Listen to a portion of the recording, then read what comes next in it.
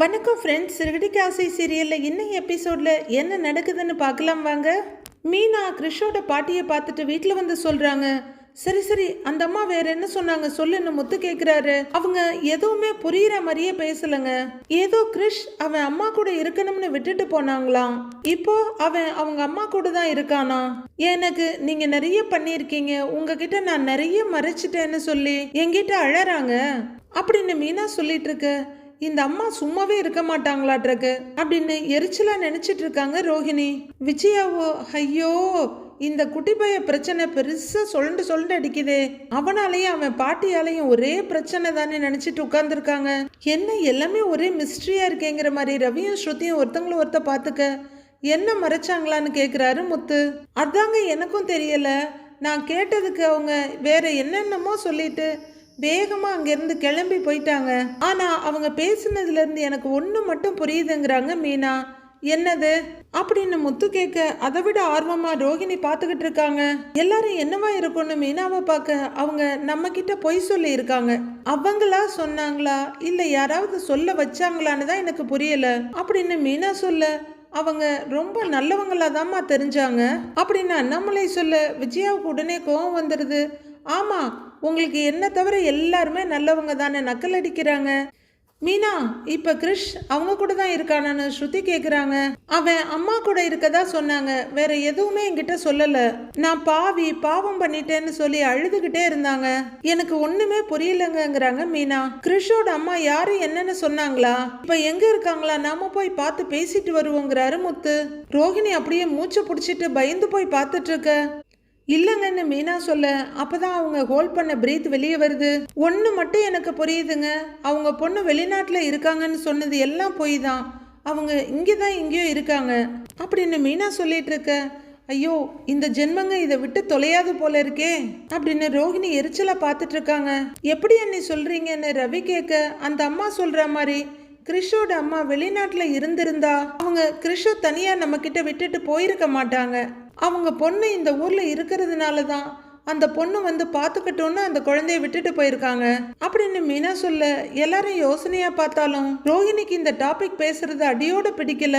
சரி அதுக்கு எதுக்கு நம்ம வீட்டுல விட்டுட்டு போகணும்னு கேக்குறாரு ரவி. அவங்க பொண்ணு இந்த ஊர்ல இருந்தா அவங்க வீட்டுல தானே விட்டுட்டு போகணும் அப்படின்னு ரவி பாயிண்ட பிடிக்க, ஒருவேளை நமக்கு தெரிஞ்ச யாராவது தான் கிறிஷோட அம்மாவா இருப்பாங்களோ அப்படின்னு ரவி போட்ட கோட்டு மேல இவங்க ரோடே போட்டுறாங்க ஸ்ருதி. ரோஹிணி அப்படியே கொஞ்சம் பயத்தோட பார்த்துட்டு இருக்க, நமக்கு எப்படி தெரியும் ஸ்ருதி அப்படின்னு ரவி கேட்க, மொத்தத்துல காணாம போனது அந்த அம்மா மட்டும் கிடையாது, பல உண்மைகளும் தாங்கிறாரு முத்து. எதுக்கு இந்த பேச்செல்லாம் பேசிக்கிட்டு இருக்கிறீங்க, அந்த பையன் இருந்தப்பதான் இந்த வீட்டுல 1008 பிரச்சனை நடந்தது, இப்பதான் அவன் போயிட்டான்ல அப்படின்னு மனோஜ் சொல்ல, ரோஹிணிக்கு அப்பாடான்னு இருக்கு. மனோஜ் வாழ்க்கையில செஞ்ச உருப்படியான காரியம்னு நினைக்கிறவங்க மனோஜ் கிட்ட திரும்பி, கரெக்ட் மனோஜ், நமக்கு தேவையில்லாத விஷயத்த பத்தி நாம ஏன் பேசணும், நமக்கே 1008 பிரச்சனை இருக்கு அப்படின்னு ரோஹிணி கொஞ்சம் நிம்மதியா சொல்றாங்க. முதல்ல அந்த பையனை இங்க கூட்டிட்டு வந்தது தப்பு. இதுல அவன் யாரு, அவன் அம்மா யாரு, அவன் பாட்டி யாரு, தாத்தா யாருன்னு தெரிஞ்சுக்கிறது தான் ரொம்ப முக்கியமா அப்படின்னு மனோஜ் கேட்க, இவங்க 2 பேரும் தேவையில்லாத வேலை தான் பண்ணிக்கிட்டு இருப்பாங்க அப்படின்னு விஜயா சொல்றாங்க. முத்து எது எப்படியோ கிரிஸ் அவங்க அம்மாவோட இருக்கான், அவன் எதிர்காலத்துக்கு அதுதான் நல்லது, அதை நினைச்சு ஃபீல் பண்ணிட்டு இருக்காதீங்க, இதோட இந்த பிரச்சனையை விடுங்க அப்படின்னு சொல்லிட்டு அவர் எழுந்து ரூமுக்கு போயிடுறாரு. ஏய் தேடி போறேன்னு ஏதாவது வேலையில போறத புடிச்சிட்டு வந்து வீட்டுல விட்டுறாதீங்க. இனிமே யாராவது அம்மா இல்ல அப்பா இல்லைன்னா வீட்டுக்கு கூட்டிட்டு வர்ற வேலை எதுவும் வச்சுக்காதீங்க அப்படின்னு விஜயாவும் கிளம்பிடுறாங்க. மற்றவங்க எல்லாம் கிளம்பி அவங்கவுங்க இடத்துக்கு போயிட, முத்து அங்க இருக்க சோஃபாவை பிடிச்சிக்கிட்டு நிக்கிறாரு. ஏங்க இப்பவும் அந்த அம்மா பேசினதை வச்சு பார்த்தா ஏதோ பெரிய உண்மையை மறைக்கிறாங்கன்னு தான் தோணுது அப்படின்னு மீனா மறுபடியும் ஆரம்பிக்க, ரூம்குள்ள போயிட்டு இருக்க ரோஹிணி அப்படியே மெதுவா நின்று கேட்டுட்டு இருக்காங்க. எனக்கும் அதே சந்தேகம் தான் மீனா இருக்கு, நீ அவங்க எதுவும் சரியா பேசாம குழப்பி விட்டுட்டு போனாங்கன்னு சொல்ற, நாளுக்கு நாள் சந்தேகம் அதிகமாகிக்கிட்டு தான் இருக்கு.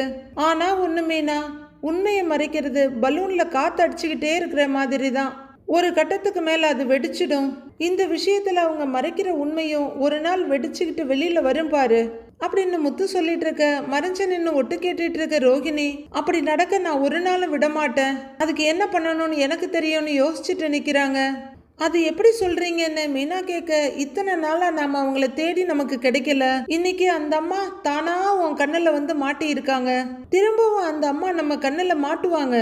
அன்னைக்கு எப்படியாவது பேசி அவங்க மறைக்கிற விஷயத்த முழுசா தெரிஞ்சுக்கலாம் அப்படின்னு முத்து சொல்ல, அப்படி ஒரு சுச்சுவேஷன் வரவே வராத மாதிரி பாத்துக்கணுமேன்னு யோசிச்சுட்டே உள்ளர போறாங்க ரோஹிணி. ஒரே வழிதான் இருக்கு, பேசாம அவங்க அம்மாவை துபாய்க்கு அனுப்பிடலாம். அருண் டியூட்டி முடிஞ்சு வீட்டுக்கு வர்றவர் வண்டியை நிறுத்திட்டு கொஞ்ச நேரம் யோசிச்சுட்டு வீட்டுக்குள்ள வர்றாரு. அவர் வீட்டுக்குள்ள வர வாங்கங்கிறாங்க சீதா. கொஞ்சம் தண்ணி குடைங்கிறாரு அருண். இதோ அப்படின்னு சீதா உள்ளர போக அங்க இருக்க சேர்ல உட்கார்றவர் யோசிச்சுட்டே இருக்காரு. இந்தாங்க இந்த வாட்டர் பாட்டில்ல தண்ணி கொண்டு வந்து சீதா கொடுக்க அதை குடிச்சிட்டு கீழே வைக்கிறாரு.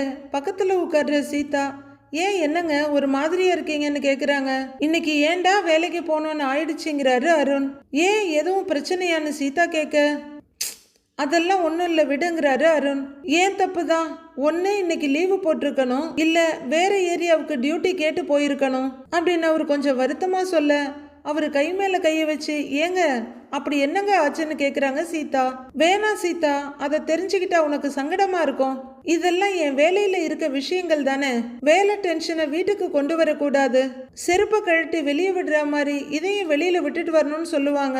அது அப்படியே இருந்துட்டு போகட்டும் விடுன்னு தத்துவமா பேசுறாரு அருண். ஏங்க உங்களுக்கு ஏதோ ஒன்று நடந்திருக்கு, அதை நான் தெரிஞ்சுக்க கூடாதா? நான் உங்க ஒய்ஃபுங்க, எதுவா இருந்தாலும் என்கிட்ட ஷேர் பண்ணணும். உங்களுக்கு ஒரு பிரச்சனைன்னா அது ஏன் பிரச்சனையும் தாங்கிறாங்க சீதா. என்னாச்சுன்னு சொல்லுங்கன்னு சீதா கேட்க, உன் மாமாவோட ஃப்ரெண்டு ஒரு ஆள் இருக்காருல்ல, கூட கார் ஓட்டுறவரு, நம்ம கல்யாணத்துக்கு கூட வந்திருந்தாரு அப்படின்னு அருண் சொல்லிட்டு இருக்க, செல்வம் அண்ணனான்னு சீதா கேக்குறாங்க. அந்த செல்வம் தான். அவரும் இன்னொரு ஆளும் பைக்ல வந்திருந்தாங்க. நான் செக் பண்ணிட்டு இருந்தேன்னு ஆரம்பிக்கிற அருண், வேண்டாம் இல்ல விடு அப்படிங்கிறாரு. ஏங்க நீங்க விஷயத்த சொல்லுங்கன்னு சீதா கேட்க, ரெண்டு பேரும் பைக்ல வந்திருந்தாங்க. பின்னாடி உட்கார்ந்திருந்த ஆள் ஹெல்மெட் போடல. அதை கேட்கறது தானே என் வேலை, அதுக்கு தானே கவர்மெண்ட் எனக்கு சம்பளம் கொடுக்குது அப்படின்னு அவரு சொல்ல, ஆமாங்கிறாங்க சீதா. நான் எவ்வளவு ஸ்ட்ரிக்டா இருப்பேன்னு உனக்கே தெரியும்ல அப்படின்னு அருண் கேட்க, ஆமாங்க எங்கிட்டயே ஃபைன் வாங்கினவர் தானே நீங்க அப்படின்னு சீதா சொல்ல, ஹெல்மெட் ஏன் போடலன்னு கேட்டா திமிராவே பேசிட்டு இருக்காங்க. நீ முத்துவோட சகல தானே, நான் அவன் ஃப்ரெண்டு தான், நான் இப்படிலாம் வரும்போது நீ கண்டுக்காதன்னு சொல்றாங்க. என் வேலையை எப்படி பார்க்காம இருக்க முடியும்? ஃபைன் கட்டிட்டு போங்கன்னு சொல்றேன், என்ன எங்கிட்டயே ஃபைன் கேட்குற? நான் முத்துவோட ஃப்ரெண்டு, அவனுக்கு ஃபோன் பண்ணி வர சொல்லட்டுமா அப்படின்னு சத்தம் போடுறான் அப்படின்னு அருண் சொல்ல, செல்வா அண்ணனா அப்படின்னு சீதா ஒரு மாதிரி நம்பிக்கை இல்லாம கேக்குறாங்க. ஆமா சீதா, நான் ஒரு போலீஸ்காரன்ற மரியாதை கூட அவன் கொடுக்கல. மற்ற போலீஸ்காரங்க முன்னாடி நீ வா போனே பேசிட்டு இருந்தாங்க. எனக்கு எப்படி இருக்கும் நீயே சொல்லு அப்படிங்கிற அருண் சீதாவோட முகத்தை ஆழம் பார்த்துட்டு இருக்க. சீதா யோசனையா உட்கார்ந்துட்டு இருக்காங்க. சரி உங்க மாமாவோட ஃப்ரெண்டாச்சேன்னு அதை கூட நான் கண்டுக்கல, ஆனா ரூல்ஸை மீறினதுக்கு ஃபைன் கட்ட சொன்னா அதுக்கு சத்தம் போட்டு சண்டைக்கு வர்றாங்க. எனக்கு ஒரு மாதிரி அசிங்கமாயிடுச்சு சீதா. இதெல்லாம் கூட பரவாயில்ல சீதா, இதுக்கு மேல ஒண்ணு பண்ணுனாங்கன்னு அருண் சொல்ல, என்ன பண்ணுனாங்க அப்படின்னு சீதா கேக்குறாங்க. அந்த செல்வம் கூட வந்த ஆளு ஃபைன் எல்லாம் கட்ட முடியாது, என்ன இந்த காசை வச்சுக்கன்னு காசை லஞ்சமா நீட்டுறான் அப்படின்னு அருண் சொல்ல, என்னங்க சொல்றீங்க அப்படின்னு தகச்சு போய் கேக்குறாங்க சீதா. சத்தியமா சீதா, நான் டியூட்டில ஜாயின் பண்ண நாள்ல இருந்து இன்னைக்கு வரைக்கும் ஒருத்தங்க கிட்ட விட ₹1 கூட கை நீட்டி வாங்கினது கிடையாது. யாராவது கொடுக்க வந்தாலும் திட்டி விட்டுருவேன். அதனாலதான் டிபார்ட்மெண்ட்ல எனக்கு நல்ல பேரு அப்படின்னு அருண் சொல்ல, அருண் அதெல்லாம் நல்ல பாலிசி தான், ரியலி குட், ஆனா கொஞ்சம் திமிர் மட்டும் ஓவரா இருக்கே.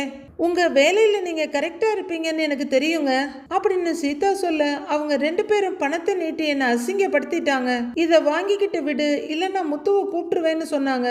முத்து என்ன எனக்கு ஹையர் அஃபிஷியலா, நான் எதுக்கு பயப்படணும்? சரி என்னதான் உன் மாமாவுக்கு தெரிஞ்ச ஆளாச்சேன்னு வான் பண்ணி அனுப்பிட்டேன். அவங்க பண்ணின விஷயத்துல எனக்கு ரொம்ப டென்ஷன் ஆயிடுச்சு. ஆனா உங்ககிட்ட சொல்லக்கூடாதுன்னு நினைச்சேன், இருந்தாலும் என்னால உங்ககிட்ட மறைக்க முடியல சீதா அப்படின்னு அருண் சொல்ல, கூட ஐஸை தூக்கி தலையில கொட்டின மாதிரி ஈன்னு சிரிச்சிட்டு நிக்கிறாங்க சீதா. ஆனா சீதா, வேற எவனாவது இந்த இடத்துல இருந்து மந்திரி பேரு சொல்லியிருந்தா கூட பயப்படாம தூக்கி உள்ளர வச்சிருப்பேன். இவர் உன் மாமாவோட ஃப்ரெண்டுங்கிறதுனால தான் வான் பண்ணி விட்டேன். அதுக்கே நான் முத்துவுக்கு பயந்துட்டேன்னு சொல்லி சிரிச்சுக்கிட்டே போறாங்க. உன் மாமாவுக்காக தான் நான் இதெல்லாம் பொறுத்துக்கிட்டேன் அப்படின்னு அருண் உண்மை 20%ம் பொய் 80%மா கலந்து அடிச்சு விடுறாரு. செல்வா அண்ணே இப்படி பண்ணுவாருன்னு நான் கனவுல கூட நினைச்சு பார்க்கலங்க அப்படின்னு சீதா சொல்ல, உங்க மாமா கிட்ட கொஞ்சம் சொல்லி என் வேலையை என்ன பார்க்க விட சொல்லு. முத்துவோட ஃப்ரெண்ட்ஸ் எல்லாம் வேணும்னே என்கிட்ட வந்து வம்பு பண்றாங்க. முத்துவுக்காக நான் பொறுமையா இருக்கலாம், ஆனா சட்டம் அப்படி போகாது. இன்னொரு தடவை அவங்க அப்படி பண்ணினாங்க, அரெஸ்ட் பண்றதை தவிர வேற வழியே இல்லை அப்படின்னு அருண் சொல்றாரு. மிஸ்டர் போலீஸ்காரு, நீங்க இந்த மாதிரி தூக்கி உள்ளர வைக்கிறதா இருந்தா வீதிக்கு ஒரு ஜெயில் தான் கட்டணும். இங்க பாருங்க, இந்த மாதிரி திரும்பவும் அவங்க வந்து பிரச்சனை பண்ணினாங்கன்னா நீங்க யாருக்காகவும் யோசிக்க வேண்டாம், என்ன செய்யணுமோ அதை செய்யுங்கன்னு போலீஸ்காரன் பொண்டாட்டியா பொறுப்பா சொல்றாங்க சீதா.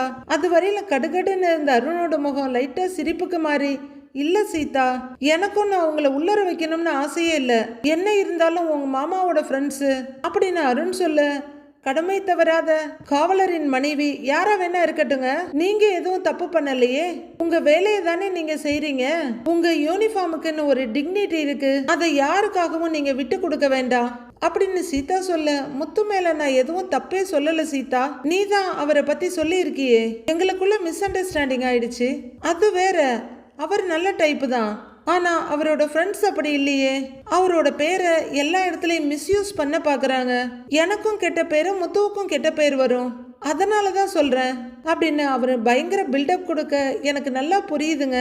சில பேர் போலீஸ்காரங்களை தெரிஞ்சு வச்சுக்கிறதே தப்பு பண்றதுக்கு தான். அவங்க என் மாமா ஃப்ரெண்ட்ஸ் நல்லா நீங்க யோசிக்க வேண்டாம், பொதுவா தப்பு பண்றவங்களை எப்படி நடத்துவீங்களோ அப்படியே நடத்துங்க அப்படின்னு சீதா சொல்ல, அருணோட மனசுக்குள்ள மத்தாப்பா புரியுது, என்னோட வேலையை பத்தி நீ இவ்வளோ புரிஞ்சு வச்சிருக்கியே, எனக்கு அது போதும் சீதா, நீ அதெல்லாம் யோசிச்சுட்டு இருக்காத விடு அப்படிங்கிறாரு அருண். நீங்களும் இதை நினைச்சு டென்ஷன் ஆகாதீங்க, உட்காருங்க, நான் போய் டீ போட்டு எடுத்துட்டு வரேங்கிறாங்க சீதா. இல்ல வேணாம், நாம சாப்பிட எங்கேயாவது வெளியில போலாம், அம்மா கிட்ட சொல்லிடலாம், அம்மா எங்கன்னு கேக்குறாரு அருண். உள்ள தூங்கிட்டு இருக்காங்க, அவங்க எழுந்திரிக்கட்டும், வெளியில போலாம், நீங்க போய் ஃப்ரெஷ் அப் ஆயிட்டு வாங்க அப்படின்னு சீதா உள்ளர போக, முத்து உனக்கான வலைய எவ்வளோ ஸ்மார்ட்டா விரிச்சிட்டு இருக்கேன் பாத்தியா, உன்னை என் வாழ்க்கையில மட்டும் இல்ல எல்லார் வாழ்க்கையில இருந்து பிரிச்சு காட்டுறேன் பாரு அப்படின்னு ஒரு குரூர சிரிப்போட அங்க நின்னுட்டு இருக்காரு அருண். செல்வம் கார் ஷெட்ல இருக்காரு, அவரு முகத்தை தொங்க போட்டுட்டு உட்கார்ந்துருக்க, என்ன அடிச்சிட்டாரா அப்படின்னு தினேஷ் கேட்க, என் மச்சான் பிரச்சனை பெருசாயிடக்கூடாதுன்னு ஒரு 500 ரூபாய் எடுத்து அருண் கிட்ட கொடுத்தான், அதுக்கு எனக்கே லஞ்சம் கொடுக்குறியான்னு பட்டனி என் மச்சான அடிச்சிட்டான்டா, அவனுக்கு கண்ணே கலங்கிடுச்சுடா, எனக்கு என்ன சொல்றதுன்னே தெரியலடா, ரொம்ப கஷ்டமா போச்சுடா அப்படின்னு செல்வம் ரொம்ப வருத்தத்தோட சொல்ல, அந்தாள் எப்படிடா மேல கை வைக்கலாம், ரோட்ல வேற உட்கார வச்சிருக்காங்கிற அப்படின்னு கார்த்திக்கும் கேட்க, எங்க மேல தப்பு இருந்தா மன்னிச்சிடுங்க, நான் ஃபைனையும் கட்டிடுறேன்னு சொன்னேன், அவன் கேட்காம ரோட்லயே ரொம்ப நேரம் உட்கார வச்சுட்டான்டா, அருணோட சகல ஃப்ரெண்டு அது தெரிஞ்சும் இப்படி பண்ணியிருக்கானா, அந்த ஆள் இன்னும் காண்ட்ல தாண்டா இருக்கான், மாறலடா அவன் அப்படின்னு தினேஷ் சொல்றாரு. அவனை சும்மா விடக்கூடாது, இந்த விஷயம் முத்துக்கு தெரியுமான்னு கார்த்தி கேக்குறாரு. டேய், இதெல்லாம் முத்துவுக்கு தெரியக்கூடாதுடா, அவன்கிட்ட சொல்லக்கூடாதுடாங்கிறாரு செல்வம். ஏன் அப்படின்னு கார்த்தி பயங்கர கோவமா கேக்குறாரு.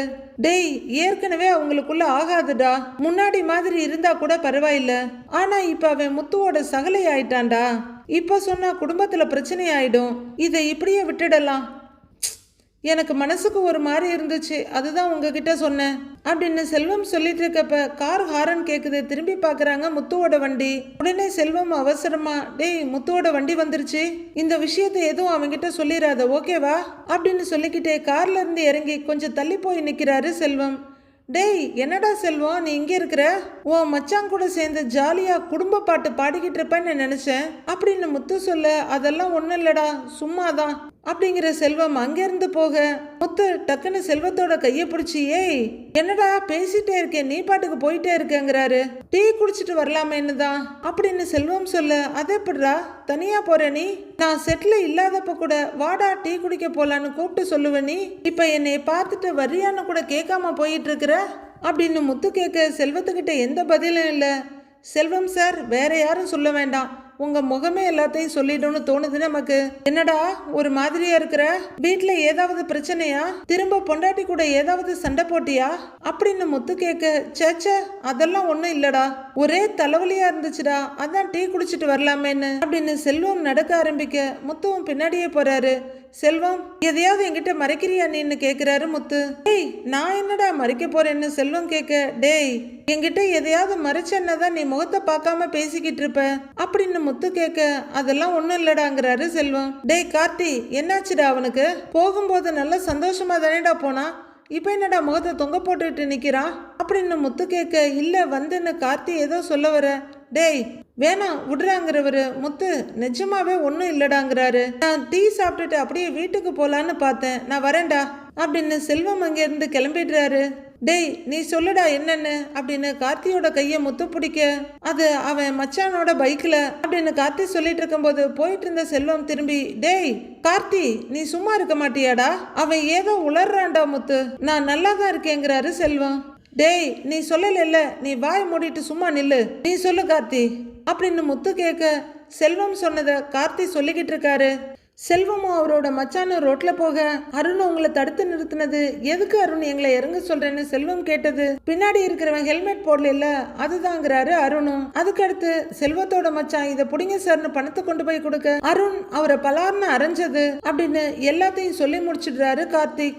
கேட்ட முத்து அப்படியே யோசனையா நடந்துட்டு இருக்க, பின்னாடியே வர்ற தினேஷ் அவன் மச்சான் முன்னாடி இப்படி நடந்துருச்சேன்னு ரொம்ப வருத்தத்தில் இருக்காண்டா அப்படின்னு சொல்ல, பக்கத்தில் செல்வம் வர்றாரு. டேய் இவன் சொல்றதெல்லாம் உண்மையாடா அப்படின்னு முத்து கேட்க, டேய் அதெல்லாம் ஒன்றும் இல்லடாங்கிறாரு செல்வம். டேய் நான் கேட்டதுக்கு பதில் மட்டும் சொல்லு, அவங்க சொன்னது உண்மையா அப்படின்னு முத்து கேட்க, தப்பு எங்க மேல இருக்குடாங்கிறாரு செல்வம். என்ன தப்புன்னு முத்து கேட்க, இல்லடா என் மச்சான் தெரியாம காசை நீட்டிட்டான் அப்படின்னு செல்வம் சொல்ல, காசை வாங்குற பழக்கம் இருக்கிறதுனால தான்டா கொடுக்கணுங்கிற எண்ணமும் வருது, அப்படியே தப்புனால அவன் ஃபைன் போட வேண்டியதுதானேடா, மேல கைய வைப்பானா அவன் அப்படின்னு முத்து கேட்க, உன் மேல இன்னும் காண்டில தான் இருக்கான் அவன், முத்துவ போன் போட்டு வர சொல்லு, மொத்தமா தூக்கி உள்ளர வைக்கிறேன்னு சொல்லி இருக்காப்ல அப்படின்னு தினேஷ் சொல்றாரு.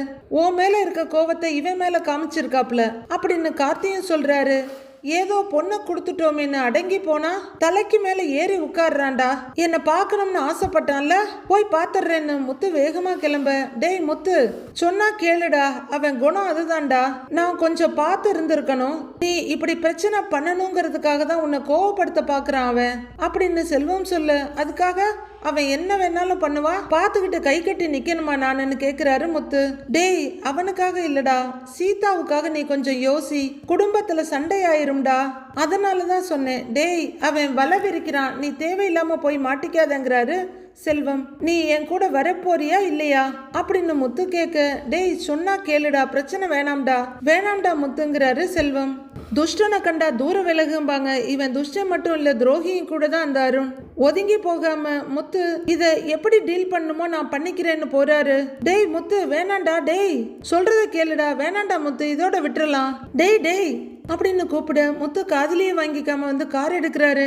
டேய் முத்து வேணாண்டா, பிரச்சனை ஆயிர போகுதுடா, வேணாண்டா டேய் முத்துன்னு சொல்லிட்டு இருக்கவே முத்து காரை கிளப்பிட்டு போயிட்டே இருக்காரு. ச்சே அப்படின்னு டென்ஷன் ஆகுற செல்வம். டேய் அப்படியே போட்டேன்னு வையே, நான் தான் சொல்ல வேணான்னு சொன்னேன்லடா, அப்புறம் எதுக்குடா சொன்ன அப்படின்னு கார்த்திக் கிட்ட மூஞ்ச காமிக்கிறாரு. உன்னை அசிங்கப்படுத்தி இருக்கிறான், இப்ப எதுவும் பண்ணலன்னா அப்புறம் ரோட்ல நடக்க கூட முடியாது, நாளைக்கு கரை வச்சு பழி வாங்குவாப்ல அப்படின்னு கார்த்திக் சொல்ல, டேய் பைத்திய மாதிரி பேசாதடா, அந்த அருண் இதையே காரணமா வச்சு குடும்பத்துல சண்டை வர வச்சிருவான்டா அப்படின்னு சங்கடமும் வெறுப்புமா நிக்கிறாரு செல்வம். முத்து நேரா சீதா வேலை பார்க்குற ஹாஸ்பிட்டலுக்கு போக, சீதா அங்க ஒருத்தங்கிட்ட பேசிட்டு இருக்காங்க. சீதா ஒரு நிமிஷம் இந்த பக்கம் வா, உங்ககிட்ட பேசணும்னு சொல்லிட்டு போறாரு முத்து. சரி இந்தாங்க இந்த ஃபைல்ல இருக்கப்படி ஃபாலோ பண்ணிக்கங்க அப்படின்னு ஃபைலை கொடுத்துட்டு சீதாவும் வர்றாங்க. சொல்லுங்க மாமான்னு கேட்க, சீதா என்னை பத்தி உனக்கு நல்லா தெரியும், நான் எல்லாத்துக்கும் டக்குன்னு கோவப்பட்டுருவேன், உன் கல்யாணம் வரைக்கும் அதெல்லாம் இருந்துச்சு, அப்புறம் அதெல்லாம் சுத்தமா விட்டுட்டேன், நீ நல்லா இருந்தா போதும்னு மட்டும்தான் நான் நினைக்கிறேன், அதை நீ நம்புறியான்னு கேக்குறாரு முத்து. நம்புறேன் மாமாங்கிறாங்க சீதா. உன்னை நான் என் பொண்டாட்டியோட தங்கச்சியா மட்டும் பார்க்கல சீதா, உன்னை சத்யாவை அத்தைய எல்லாரையும் ஏன் குடும்பமா தான் பாக்குறேன், உங்க வீட்டுல ஒரு பையனா தான் நான் என்ன நினைச்சிட்டு இருக்கிறேன் அப்படின்னு முத்து சொல்ல, தெரியும் மாமா நாங்களும் உங்களை அப்படிதான் நினைக்கிறோங்கிறாங்க சீதா. ஆனா உன் புருஷன் என்ன குடும்பத்துல ஒரு ஆளா பார்க்கல சீதா, அவர் பண்ற வேலை எதுவும் சரியில்லை, அவருக்கு என் மேல கோவம் இருந்தா அதை என்கிட்ட காட்ட சொல்லு, என் ஃப்ரெண்டுங்கிட்ட காட்ட வேணான்னு சொல்லு, செல்வம் எவ்வளவு முக்கியம்னு உனக்கு நல்லாவே தெரியும், என்னோட சின்ன வயசுல இருந்தே அவன் என் கூட ஃப்ரெண்டா இருக்கான், என் அண்ணன் தம்பிங்கள்ல ஒருத்தனாதான் நான் அவனை பாக்குறேன், அவனை உன் புருஷன் நடத்தின விதமும் பேசின பேச்சும் கொஞ்சம் கூட சரியில்லை சீதா, அவருக்கு என்ன ரைட்ஸ் இருக்கு என் ஃப்ரெண்ட்ஸை அசிங்கப்படுத்துறதுக்கு? அவன் எவ்வளவு ஃபீல் பண்ணான் தெரியுமா அப்படின்னு முத்து கேட்க, இல்ல மாமா அவர் வீட்டுல சொல்லிக்கிட்டு இருந்தாரு ஏதோ ஹெல்மெட் போடலன்னு அப்படிங்கிறாங்க சீதா. சீதா, ரூல்ஸை மீறினா சட்டப்படி அதுக்கு என்ன பண்ணணுமோ அதை பண்ணட்டும், தப்பு கிடையாது. அதை விட்டுட்டு என் மேல இருக்க கோவத்தை அவங்கிட்ட காட்டுவாரா அப்படின்னு முத்து கேட்க, இல்ல மாமா அவருக்கு உங்க மேல கோவம்லாம் இல்லைங்கிறாங்க சீதா. இல்ல சீதா, அவர் எல்லாத்தையும் மனசுல வச்சுக்கிட்டு தான் இருக்காரு. எனக்கு மனசுல ஒண்ணு வச்சுக்கிட்டு வெளியில ஒண்ணு பேச தெரியாது சீதா. நான் குடும்பத்துக்குள்ள எல்லாரையும் முடிஞ்ச அளவுக்கு அனுசரிச்சு போகணும்னு நினைச்சிட்டு இருக்கிறேன். ஆனா என் பொறுமைக்கும் ஒரு எல்லை இருக்கு. நானும் முடிஞ்ச அளவுக்கு விலகி விலகி தான் போறேன். ஆனா இந்த மரம் சும்மா இருந்தாலும் காத்து சும்மா இருக்காதுன்னு சொல்லுவாங்கல்ல, அது மாதிரி நான் சும்மா இருந்தாலும் என்னை பிடிக்காத சிலர் என்னை சும்மா இருக்க விடுறது இல்ல அப்படின்னு முத்து சொல்ல, மாமா நீங்க அவரை தப்பா எதுவும் நினைக்காதீங்க, அவர் வேலை அப்படின்னு சீதா சொல்ல, அப்பாவி மனுஷங்களை அடிக்கிறதும் மிரட்டுறதும் தான் அவர் வேலையா? கோவம் இருந்தா என்கிட்ட காட்ட சொல்லு. என் ஃப்ரெண்டுங்களும் என் குடும்பம் மாதிரி தான். எனக்கு ஒரு கஷ்டம்னா முதல்ல ஓடி வர்றது அவங்க தான். அவங்களுக்கு ஒண்ணுன்னா நான் தான் முதல்ல போய் நிப்பேன். யாருக்காகவும் அவங்கள நான் விட்டு கொடுக்க மாட்டேன் சீதா அப்படின்னு முத்து சொல்ல, மாமா அங்க நடந்தது என்னன்னு அப்படின்னு சீதா சொல்லும் போது, என்ன நடந்துச்சுன்னு எனக்கு நல்லாவே தெரியும் சீதா. உனக்கு தான் நடக்கிறது எதுவுமே தெரியறது இல்ல. இங்க பாரு, உன் புருஷனாச்சேன்னு தான் நான் எல்லாத்தையும் அடக்கிக்கிட்டு இருக்கிறேன். இன்னொரு தடவை இந்த மாதிரி நடந்துச்சுன்னா நான் யாரு எவரு எல்லாம் பார்க்க மாட்டேன். இந்த முத்து யாருன்னு உன் புருஷன் பார்க்க வேண்டி இருக்கும் அப்படின்னு வார்னிங்கா சொல்ற முத்து இத உன் புருஷன்கிட்டயே போய் சொல்லி இருப்பேன். அப்ப அவர் ஏதாவது பேசி நான் அவர் மேல கை வச்சிட கூடாது பாரு, அதான் உன்கிட்ட வந்து சொல்றேன். உன் முகத்துக்காக மட்டும்தான் சீதா நான் அமைதியா இருக்கிறேன், சொல்லி வைன்னு சொல்லிட்டு முத்து அங்கிருந்து கிளம்பிடுறாரு. 2 போறவரு திரும்பி வந்து நின்னு, சாப்பிட்டியா அப்படின்னு கேட்க, இல்ல மாமா இனிமே தாங்கிறாங்க சீதா. சாப்பிட்டு வேலை பாரு, வர்றேன்னு கிளம்புறாரு. சீதா அப்படியே அசந்து போய் நிக்கிறாங்க. யார் சொல்றத நம்புறது, யார் சைட்ல நிக்கிறதுன்னு அவங்க குழப்பம் அவங்க முகத்துல நல்லா தெரியுது. ரோஹிணி அவங்க ரூம்ல யோசனையா நின்றுட்டு இருக்க அவங்க மொபைல் ரிங் ஆகுது. போய் எடுத்து சொல்லு மகேஷ்ன்னு கேட்குறாங்க. போர்டிங் ஸ்கூல்ல இருந்து கால் பண்ணியிருந்தாங்கன்னு மகேஷ் சொல்ல, என்ன விஷயம், என்ன சொன்னாங்க அப்படின்னு ரோஹிணி கேட்க, கிறிஸ் ஸ்கூல்ல ரொம்ப அடம் பிடிக்கிறான்னு சொல்றாங்க, சாப்பிடவும் மாட்டேங்கிறானா, டீச்சர் சொல்றதை கேட்கறதும் இல்லையா அப்படின்னு மகேஷ் சொல்ல, இல்ல கிறிஸ் அந்த மாதிரிலாம் ஒன்றும் பண்ண மாட்டானே அப்படின்னு ரோஹிணி சொல்ல, அவனை அங்க சேர்த்ததுல இருந்தே அப்படிதான் இருக்கானா, ஒரு மாதிரி அரகண்டா இருக்கானா, யாராலையும் கண்ட்ரோல் பண்ண முடியலன்னு சொல்றாங்க அப்படின்னு மகேஷ் சொல்ல, அவன் ஏன் இப்படி பண்றானே தெரியல, நானே ஆல்ரெடி நிறைய பிரச்சனையில இருக்கேன், நீ கொஞ்சம் கிறிஸ் கிட்ட பேசி சமாதானம் பண்ண ட்ரை பண்றியா அப்படின்னு ரோஹிணி கேட்க, அவங்க சொல்றதெல்லாம் பார்த்தா அவன் நான் சொன்னாலே கேட்க மாட்டான்னு தான் தோணுது. நான் கான்கால்ல போடுறேன், நீ பேசுனீன்னா அவன் கேட்பாங்கிறாங்க மகேஷ். ஒரு நிமிஷம் திடுக்கிட்டு போற ரோஹிணி, சரி கனெக்ட் பண்ணுங்கிறாங்க. முத வேலையா ரூம் கதவை சாத்திட்டு வெளியே ஓடி வந்து பாத்ரூம் கதவையும் சாத்திக்கிட்டு உள்ளர வந்து நிக்கிறாங்க.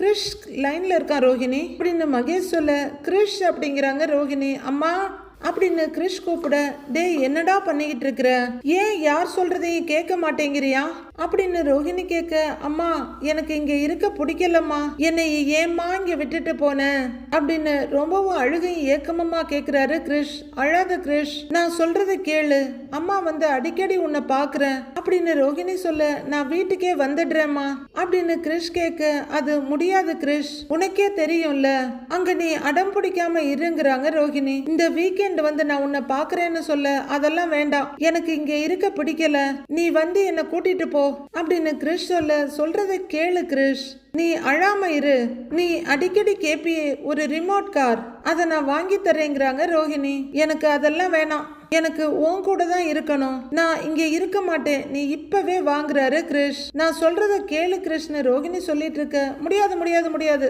அப்படின்னு கிறிஷ் கத்த, டேய் சொல்றேன்ல கேட்க மாட்டேன் அப்படின்னு ரோஹிணி கத்த, ஏய் கத்தாதடி, அவன்கிட்ட பொறுமையா பேசுங்கிறாங்க மகேஷ். சொன்னா எங்கடி அவன் கேக்குறான், எப்படி அடம் பிடிக்கிறான் பாரு அப்படிங்கிற ரோஹிணி. இங்க பாரு கிறிஷ், நீ இப்படியே அடம் பிடிச்சுக்கிட்டே இருந்தேன்னு வையேன், நானும் பாட்டி மாதிரி எங்கேயாவது காணாம போயிடுவேன் அப்படின்னு ரோஹிணி மிரட்ட, கிறிஷ் பயந்து போய், வேணாமா வேணாமா ப்ளீஸ்மா நீ எங்கேயும் போகாதம்மா அப்படின்னு சொல்ல, அப்ப நீ ஒழுங்கா சாப்பிடணும், டீச்சர் சொல்றத கேட்கணும், புரியுதான்னு ரோஹிணி கேட்க, சரிம்மா சாப்பிடுறேம்மா, நீ போயிடாதம்மா, பாட்டி மாதிரி நீயும் போயிடாதம்மா, நான் கேட்கறேம்மா, நான் கேட்டுக்கிறேன் அப்படின்னு பயத்தோட போன் அங்க வச்சுட்டு ஓடி போயிடுறாரு கிறிஷ். அது தெரியாம ரோஹிணி, அம்மா சொல்றத கேட்டினா நான் எங்கேயும் போக மாட்டேன், நான் எங்கேயுமே போகல, நீ நல்ல பையனா இருக்கணும் சரியா கிறிஷ், நான் சொல்றது கேக்குதா அப்படின்னு ரோஹிணி பேசிட்டு இருக்க அவன் கட் பண்ணிட்டான். ரோஹிணி அவனுக்கு அந்த ஸ்கூல் புதுசுங்கிறதுனால பயப்படுறான். நீயும் காணாம போயிடுவேன்னு சொல்ற, அவனுக்கு இன்னும் பயமா இருக்காதா அப்படின்னு மகேஷ் கேட்க, அப்படி சொன்னாதான் அவன் சொன்ன பேச்சு கேட்பான், அதனாலதான் அப்படி சொன்னேங்கிறாங்க ரோஹிணி. இனிமே அவன் அடம் பிடிக்க மாட்டான். வேற ஏதாவது நீ எனக்கு கால் பண்ணு சரியா, பையன்றாங்க ரோஹிணி. சரி அப்படின்னு சங்கடமா போனை கட் பண்றாங்க மகேஸ்வரி. ரோஹிணி எல்லாம் ஒரு நாளும் தொலைஞ்சு போக மாட்டாங்க. அவங்க இருக்க எல்லாரையும் தான் தொலைப்பாங்க. பாத்ரூமை விட்டு வெளியே வர்ற ரோஹிணி, கடவுளே அப்படின்னு தலையில கைய வச்சுட்டு பெட்ல உட்கார்றாங்க. நாளைய ப்ரோமோவில் ஹலோ பிரதர் என்ன பண்ணிட்டு இருக்கீங்க அப்படின்னு ரவி அவரோட செஃப் ட்ரெஸ்ஸோட வந்து நின்று கேட்குறாரு. அவர் பின்னாடி நீத்துவும் இன்னும் 2 ஸ்டாஃபும் நிற்கிறாங்க. பார்த்தா தெரியல, சரக்கு அடிக்கிறோம். அப்படியே ஒரு 2 ஸ்டெப் டான்ஸ் ஆடு. ஆமா, கிளாமர் டான்ஸ் ஆட தெரியுமா அப்படின்னு வந்திருந்த கஸ்டமர் திமிரா பேசிட்டு இருக்க. ரவி கொஞ்சம் ரெஸ்டாரண்ட்டுக்கு வா அப்படின்னு முத்துவுக்கு கால் பண்றாரு. அடுத்த செகண்ட் அங்க முத்து வந்து நிக்க, இவன் என்ன உனக்கு அடியாளா, என்ன பண்ணிடுவான், அடிப்பானா, எங்க அடி பார்க்கலாம் அப்படின்னு அந்த குண்டு பூசணிக்கா கேட்க, முத்து பலார்னு ஒரு அறை விடுறாரு. சுருண்டு விழுந்த சாம்ப பூசணிக்காய புரட்டி எடுத்துடுறாரு முத்து. அண்ணே காசு கொடுத்து பண்ண சொன்னாங்கண்ணே அப்படின்னு அந்த ஆள் சொல்ல, காசு கொடுத்து பண்ண சொன்னாங்களான்னு முத்து கேக்குறாரு. ஆமாங்கிறாரு. யாரு அப்படின்னு முத்து கேட்க, கேரளா அம்மா தானே காசு கொடுத்து கலாட்டா பண்ண சொன்னாங்க அப்படின்னு அந்த சாம்ப பூசணிக்கா சொல்ல, கேரளா அம்மாவா, அது யாருன்னு கேக்குறாரு முத்து. இவரோட மாமியார்னு சொன்னாங்கண்ணே அப்படின்னு சுதாவை சுமூகமா கோத்து விடுது சாம்ப பூசணிக்கா. அடுத்து என்ன நடக்குதுன்னு நாளைக்கு பார்க்கலாம் ஃப்ரெண்ட்ஸ்.